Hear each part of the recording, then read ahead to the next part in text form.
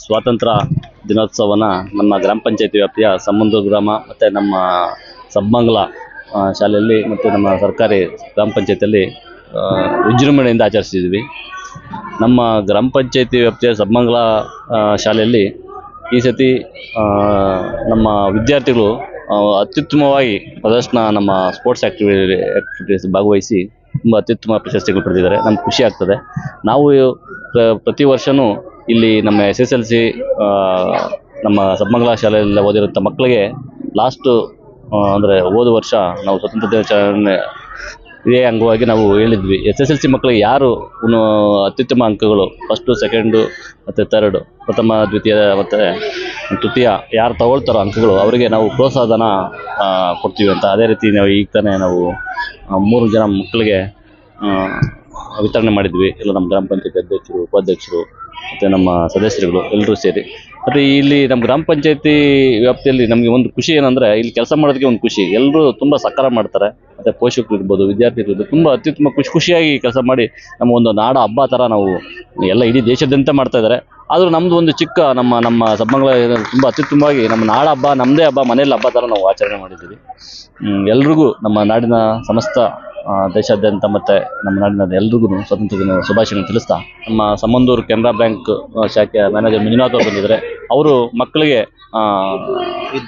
ವಿದ್ಯಾಜ್ಯೋತಿ ಅಂತೇಳಿ ಅವರು ಕೆಲವು ಮಕ್ಕಳಿಗೆ ಆಯ್ಕೆ ಮಾಡಿ ಒಂದು ಪ್ರೋತ್ಸಾಹಧನವನ್ನು ನೀಡಿದ್ದಾರೆ. ಅವರು ಕೂಡ ನಾವು ಗ್ರಾಮ ಪಂಚಾಯತಿ ವತಿಯಿಂದ ಧನ್ಯವಾದ ತಿಳಿಸೋಕ್ಕೆ ಬಯಸ್ತೀವಿ.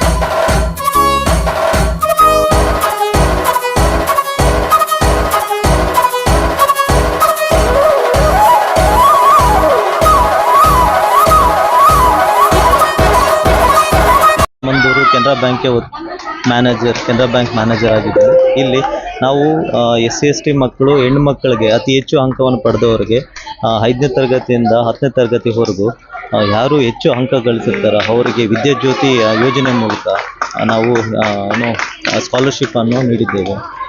ಸೊ ಅದೇ ಥರ ಅವರು ಹೆಚ್ಚು ಅಂಕ ತೆಗೆದು ಒಳ್ಳೆ ವಿದ್ಯಾಭ್ಯಾಸ ಮಾಡಲಿ ಅಂತ ನಾವು ಸಹಕಾರ ಕೊಡ್ತಾ ಇದ್ದೇವೆ.